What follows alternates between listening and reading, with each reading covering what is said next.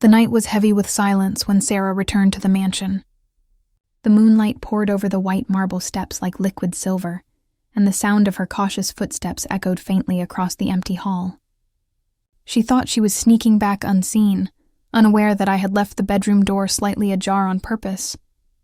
The room reeked of alcohol. Empty bottles were scattered across the floor, glittering like broken promises. In my drunken sleep, I murmured her name, Sarah. A performance rehearsed down to the last detail. Ashley had thought I was taking it too far when we planned this scene earlier that evening. What if she feels guilty and tries to comfort you? She had asked, her brows furrowed with worry. But I had only smiled.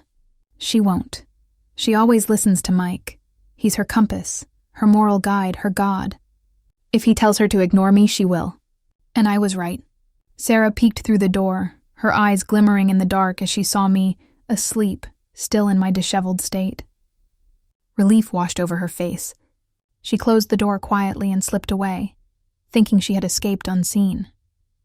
What she didn't know was that Ashley was in the guest room next door, listening to every sound. The next morning, Sarah called her. "Did Jason go to work today?" she asked hesitantly. Ashley's tone was calm. "No, he said he drank too much last night. He's taking another day off." Sarah let out a light laugh. "You know, your boyfriend's voice sounds exactly like Jason's. If I hadn't come home last night, I would have thought you were with him." Ashley chuckled, her voice as smooth as silk. "He loves you too much. He'd never let anyone come between you. Unless..." Ashley paused deliberately. Sarah's voice faltered. "Unless what?" "Unless you cheated first," Ashley said softly, "and became the third person yourself." Silence. Then Sarah's voice cracked through the phone. "Ashley, we've known each other for years. You wouldn't tell him, would you?" Ashley's laugh was light, but there was a blade hidden in it. "Of course not, dear. You love him, and he loves you. True love can't be broken." Sarah regained her smug tone, unaware of the trap being set. "Yeah. The more I do this, the more Jason clings to me. It's almost annoying how much he loves me." I could still remember when I first met Sarah back in college. She was radiant then, cheerful, confident, the kind of girl who could light up a room just by walking in. She brought me breakfast to my dorm, woke me up with calls, saved me seats in class. When I scored a basket in basketball practice, she was the first to cheer. Everyone thought she was my girlfriend before I even realized it myself. Then, on Valentine's Day, in front of the entire student body, she confessed her love to me on stage. I couldn't say no. Over time, I grew to love her too. But once she had me, her mask began to slip. She was controlling, jealous, and unpredictable. If I so much as spoke to another girl, she would ice me out for days. Yet she constantly flirted with Mike, her so-called childhood friend. Every time I confronted her, she'd laugh and say, "Oh, Jason, Mike's like a brother to me." Over the years, I became known as the guy with the jealous girlfriend. Even my female classmates avoided me. Still, in bed we were fire and chaos. Before Ashley, Sarah was the only woman I'd ever known that way. But after her 10th disappearance, always leaving without warning, always returning like nothing had happened, I was drained. Then Ashley appeared. She was warmth where Sarah was storm. Her kindness was quiet, her affection patient. For the first time in years, I understood what love was supposed to feel like. Giving, not taking. So I made a plan. 2 days later, I called Mike. My voice trembled just enough to sound broken. "Mike, Sarah's been gone for a month. Our wedding's in 3 months. We've sent out the invitations. I think it's over." Mike hesitated. "So what are you going to do?" I sighed heavily. "Move on, maybe. I met someone new. We're planning to elope." That got his attention. I continued. "Seeing Sarah's things just hurts. I've packed everything up. If you see her, tell her I sent her stuff to her office." I hung up before he could respond, then sat out on the balcony, sunlight warming my skin as I played a game on my phone. 20 minutes later, pounding echoed through the door. Mike burst in, face flushed, panting. "Jason, she still loves you. Sarah's on her way here." I blinked in mock surprise. "She is, after a month?" Mike nodded eagerly. "She cries in her sleep, man. Calls your name every night. She's been worried sick." I tilted my head. "Interesting. How do you know what she says in her sleep?" Mike froze, eyes darting nervously. "Don't overthink it. We were just..." She was staying with me, that's all. I slept on the couch. I smiled to myself, got you. Moments later, the sound of hurried footsteps echoed down the hall. Sarah burst through the doorway and threw herself into my arms, sobbing. Jason, I missed you so much. I gently pushed her away. Sarah. Did you? I said quietly. Miss me, I mean. Or was it him you missed? Her face drained of color. Jason, no, it's not what you think. I turned my laptop toward her and pressed play. On screen, in a dimly lit bar, she was laughing in Mike's arms, dancing close, her lips finding his. The camera caught everything, the passion, the betrayal, the moment she disappeared into a shadowy corner with him. Sarah collapsed to her knees, sobbing uncontrollably. Jason, I was drunk. I thought he was you. She pointed at Mike. He seduced me. I swear I love only you. I turned to Mike, my voice low and cold. How long have you wanted her, Mike? Since college, right? That's why you hung around me all these years, waiting. Mike's face turned pale. Too bad for you, I said evenly. That bar you two met in? My mom and aunt own it. I leaned closer. When my fiancé disappeared, I used my family's security footage to find her.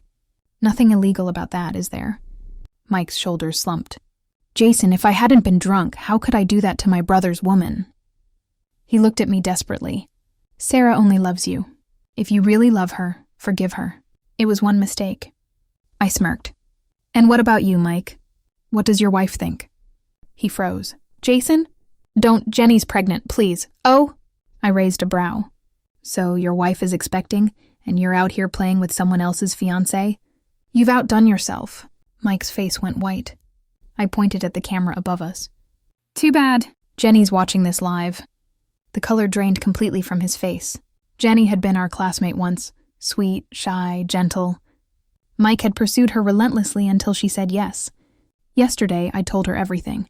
She hadn't believed me until I installed cameras and connected the feed to her phone. I waved to the lens. Hey, Jenny, make sure you save this. It'll help you clean house in court. Mike's roar filled the room as he lunged at me. His fist connected with my jaw. I stumbled back but smiled through the blood.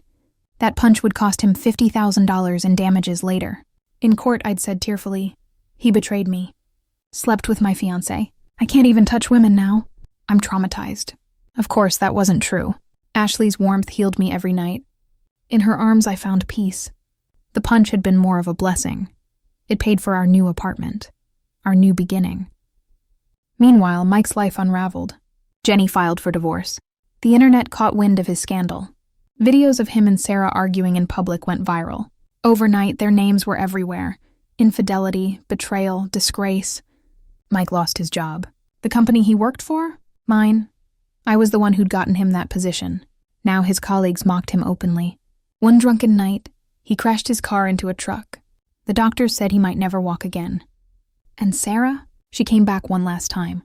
She pounded on my door in the middle of the night, screaming my name. I had already changed the locks. I ignored her until Ashley tugged on my arm gently. Let her be, she whispered. But Sarah didn't stop. So, in a moment of cruel poetry, Ashley and I made love in the living room, the sound of our whispered breaths mixing with Sarah's desperate cries from outside. It wasn't revenge. It was closure. Afterward, Sarah's pounding ceased. Then, her voice broke through the silence. Jason, if you're a man, open the door. I know who she is. I sighed, kissed Ashley's forehead, and got up. When I opened the door, Sarah stormed in, eyes wild, hair disheveled, tears streaking her face. You're disgusting. You accuse me of cheating, but you've been with her this whole time. I met her gaze coldly. Sarah, even a dog knows loyalty. She froze, trembling. I threw a folder at her feet. Here, look at your life. She picked up the documents, and her hands shook as she flipped through photos. Hotel check-ins, bar nights, stolen kisses with Mike. Proof. She tore the papers apart in rage. Doesn't matter, I said softly. I have more. Sarah screamed at Ashley, who emerged from the bathroom wrapped in a towel, her expression calm but sad. Sarah's voice cracked. You stole everything from me. Mom and Dad never loved me because of you, and now you took my man. I stepped in front of Ashley. Sarah, listen to me. I belong to myself, and I was the one who fell for her first. Sarah's eyes widened. You admit it? While we were still together? Yes, I said quietly. but you lost me long before that. You just didn't notice." I paused, my voice softer now. "Sarah, when you listened to Mike's plans, when you ran away to test me, you killed what we had. I loved you for 3 years, but love can't survive in a cage." Tears streamed down her cheeks. "Jason, I really did love you." "I know," I whispered. "But love without respect is poison." She turned and walked out. Later, I heard she had returned home crying to her parents, begging them to understand. But when they saw the viral videos, the photos, the public humiliation, they had no words left. The whispers followed her everywhere. Depression sank its claws into her. One night, she climbed to her apartment's rooftop and jumped. She survived, but her legs would never heal completely. Months later, I stood beneath a soft sky, holding Ashley's hand. Our wedding was quiet, filled with warmth. My parents adored her gentle smile. That night, as I carried her to our bed, she laughed softly, her eyes glowing in the candlelight. "Does that feel good, Mrs. Chen?" I teased as I massaged her feet. "Not good enough," she whispered, her voice playful. "You'll have to try harder." Outside, the night was silver and still. Inside, the air was warm with love. And for the first time in a long time, I realized revenge may have brought me peace, but it was love that brought me home. The rain had stopped hours ago, yet the streets still glistened under the dim, amber glow of the streetlights. The scent of wet asphalt hung in the air, heavy, almost suffocating, as if the entire city was holding its breath, waiting for something to happen. Inside the dimly lit bar, Jason stood across from Mike, his eyes cold, sharp and distant. "Too bad for you," Jason said, voice calm but edged with quiet venom. "That bar you got drunk in that night? It's co-owned by my mom and aunt." Mike froze, his glass slipping from his trembling fingers and shattering against the floor. The moment stretched between them, a silence filled only by the faint hum of the neon lights. Jason leaned in, his tone even, deliberate. "When my girlfriend disappeared without a word, I checked the surveillance footage from my family's bar to find her." "That's not illegal, is it?" The color drained from Mike's face. His shoulders slumped like air escaping a balloon. He swallowed hard, unable to meet Jason's gaze. "Jason, I was drunk that night.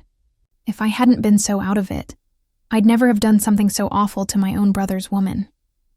Jason's jaw tightened, but his voice remained eerily steady. "Drunk or not, you did it. And the worst part? You tried to cover it up with a lie."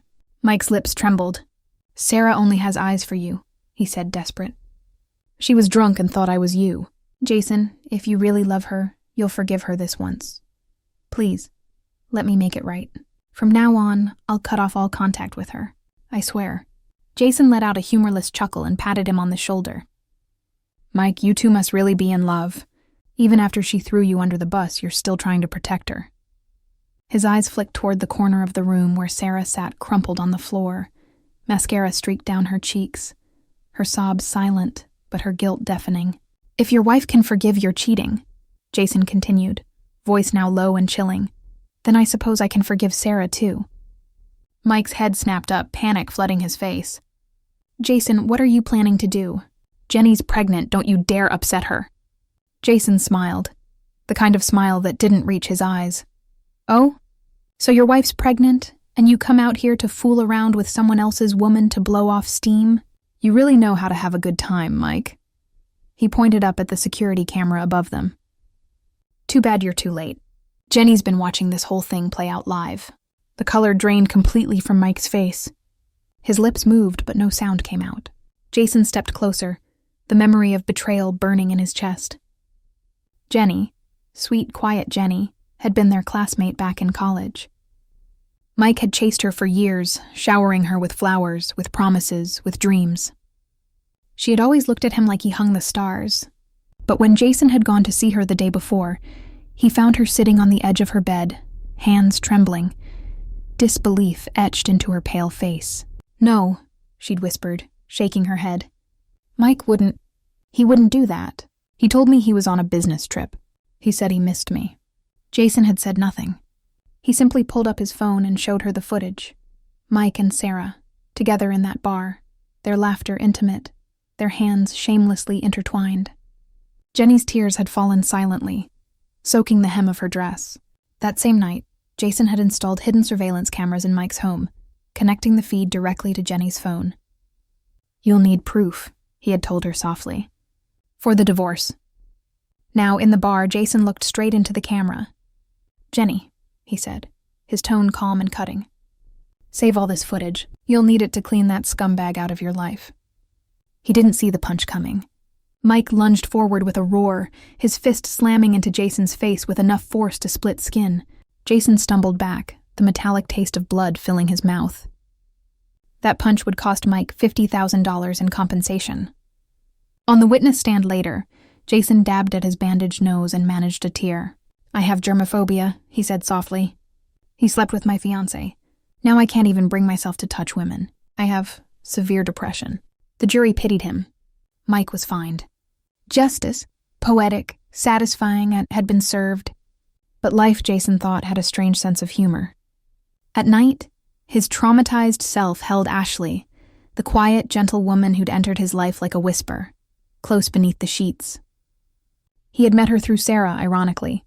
She was Sarah's younger sister, shy, kind, almost painfully selfless.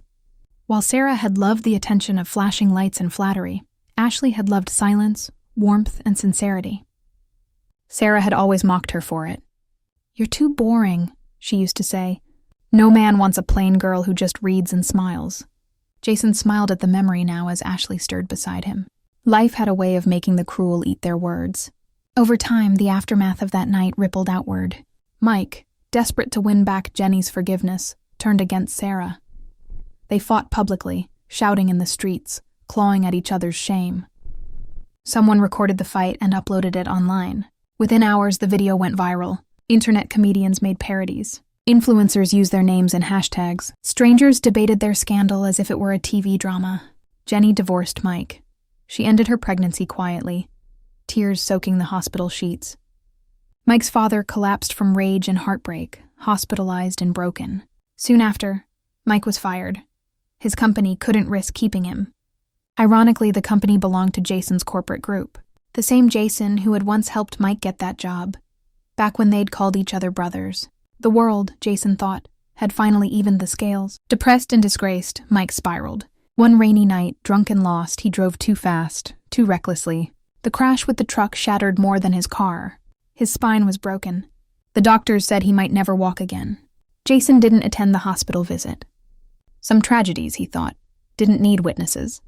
But Sarah still came pounding on his door, again and again. He'd changed the locks after he found out the truth.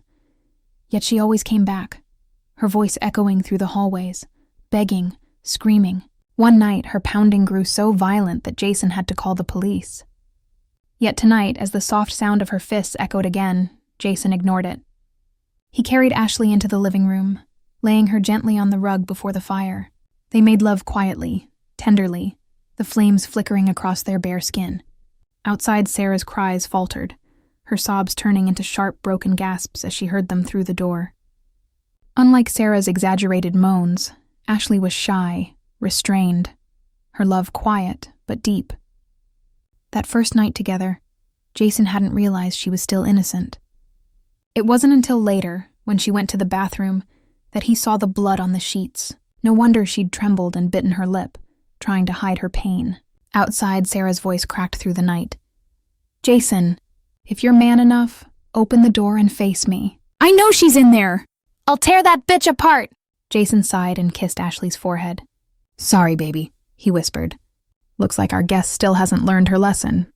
Ashley nodded, wrapping herself in a towel and retreating to the bathroom. Jason opened the door. Sarah burst in, eyes wild, tears streaking her face. "Jason, you accuse me of cheating," she spat. "But you were cheating too. You and Ashley. How long has this been going on?" Her words were fire, each one laced with poison. She glared at the bathroom door. "Even if I cheated, you did too. You're no better than me." Jason's laugh was soft, bitter. "Sarah," he said, "even a dog knows not to bite the hand that feeds it. You betrayed me first." Sarah's eyes widened. "You're lying."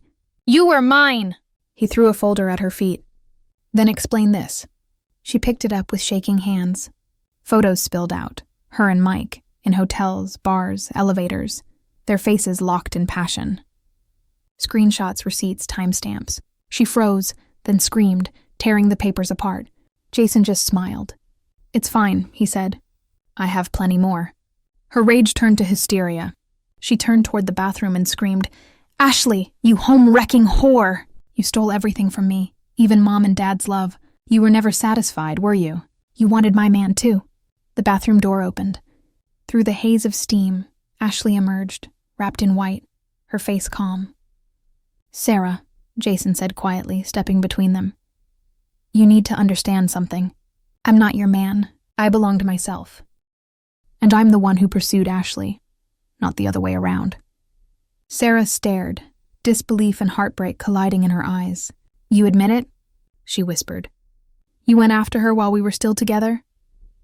Jason's voice softened, almost sorrowful. "Sarah, you were my fiancé, yes. But I lost you long before I found Ashley. You were gone the moment you chose Mike." She shook her head, sobbing. "I made a mistake. I left, but you didn't even come after me. You didn't fight for me!" "Was it because of her?" Jason's eyes darkened. "Did you enjoy Mike's little game? The thrill? The attention?" His tone rose slightly, a rare flicker of anger breaking through. "You keep saying you love me. But if I loved you the way Mike did, by using you, betraying you, would you still want that? Do you even know what love means, Sarah?" He took a step closer, his voice low and cold now. "Before I ever confessed my feelings for Ashley, I'd already given up on you. You just never noticed." Sarah crumpled, her sobs echoing down the hall. "You loved me for 3 years," she whispered. "I did," Jason said quietly. "But love dies when it's buried under lies." Sarah left that night. Later, Ashley told him she'd gone home crying to her parents, saying her sister had stolen her man. But when their mother saw the viral videos of Sarah's scandal, she had no words. For the first time, she saw who her daughter really was. Spoiled, selfish, reckless. The whispers began. People pointed, laughed. Sarah hid from the world, sinking into depression. One evening, she stood on the rooftop of her apartment building, the wind whipping through her hair. She didn't jump. Not that night. But when she finally did weeks later, it wasn't far enough to end it. She broke her leg instead, left with nothing but pain and regret. 3 months passed. Jason's wedding day dawned bright and calm, sunlight spilling over a city that had long since forgotten the scandals of others. His parents were radiant, proud of their new daughter-in-law, graceful, kind, and gentle Ashley. That night, as the world outside hushed into moonlight, Jason carried Ashley into their room. He sat on the edge of the bed, gently massaging her feet. "Does that feel good, Mrs. Chen?" he teased softly. Ashley smiled, her eyes shimmering. "Not good enough," she whispered, her voice warm as she ran her foot along his thigh. Jason laughed quietly, the kind of laugh that came from peace.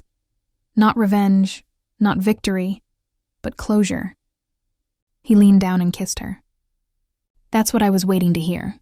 Outside, the wind carried the soft hum of life, the murmur of the city, the distant echo of laughter. Inside, warmth filled every corner of the room. Jason closed his eyes, holding Ashley close. After all the noise, all the chaos, all the betrayal, he had found something real, something quiet and true.